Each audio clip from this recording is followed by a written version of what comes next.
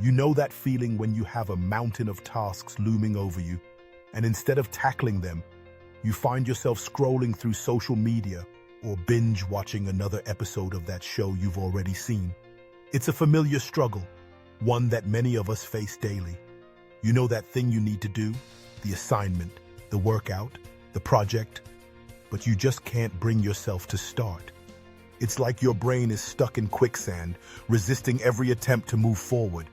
But there's a way to break free, a way to force your brain to do hard things. The Lotus Method. In today's fast-paced world, distractions are everywhere. Our brains are wired for comfort. We seek pleasure, avoid pain, and love instant gratification. That's why doing hard things feels like pushing a boulder uphill. It's not just about procrastination. It's about the very nature of our brains. They're designed to protect us from discomfort, leading us to avoid tasks that seem daunting or overwhelming. But what if we could hack this? What if we could train our minds to embrace difficulty? Just like a lotus pushes through the mud to bloom, the Lotus Method provides a structured approach to overcoming this resistance. And it consists of 4 powerful steps to help you force your brain into action. The first step is to lower the resistance.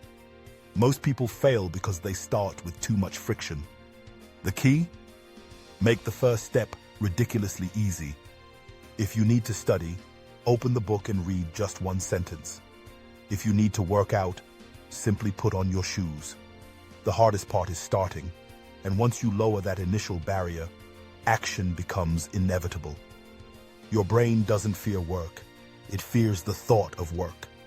By breaking tasks down into the tiniest possible actions, you can trick your brain into starting, and once you do, you'll find it much easier to keep going. The second step is to optimize your environment. A lotus doesn't bloom in toxic soil, and your brain won't focus in a cluttered, distracting environment. Set up your space for success. Put your phone on silent, clear your workspace, and remove distractions. If your environment is designed for deep work, you won't need motivation. You'll just do it. The physical space around you can significantly impact your mental clarity and focus, so take the time to create a conducive atmosphere for productivity. Next is the third step. Trigger the flow state. Have you ever been so immersed in something that time disappeared? That's the flow state, and it's where productivity skyrockets. To tap into this state, try using a countdown trick. Count down from 5 and start immediately when you reach 1. You can also play a focused playlist or work in 25-minute sprints, followed by short breaks. Your brain loves momentum. Once you start, staying in motion is easy.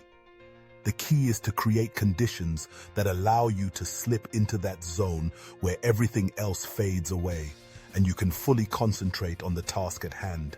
The fourth and final step is to use the pain-pleasure flip.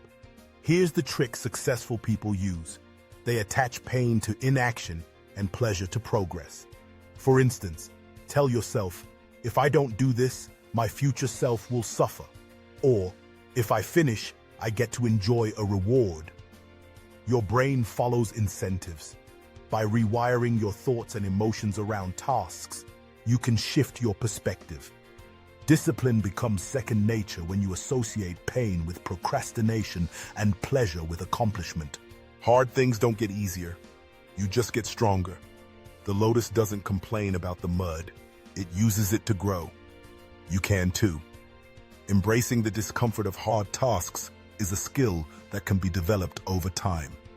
With practice, the Lotus Method can transform how you approach challenges, making them less intimidating and more manageable. Now, let's bring it all together. The Lotus Method is not just a series of steps, it's a mindset shift. It's about recognizing the barriers we create for ourselves and finding ways to dismantle them. It's about understanding that every small action leads to progress, and that progress builds momentum. You don't have to tackle everything at once. Focus on the next small step you can take. So, I want you to take a moment and reflect. What's the one thing you've been avoiding? It could be something related to work, fitness, or even a personal project that's been on your mind. Comment below and let's start the challenge together. Share your goals and let's hold each other accountable. If you found this helpful, hit like, subscribe, and join me for more insights and strategies in our next video. Remember, every journey begins with a single step, and the lotus blooms in the most unexpected places. Carpe diem.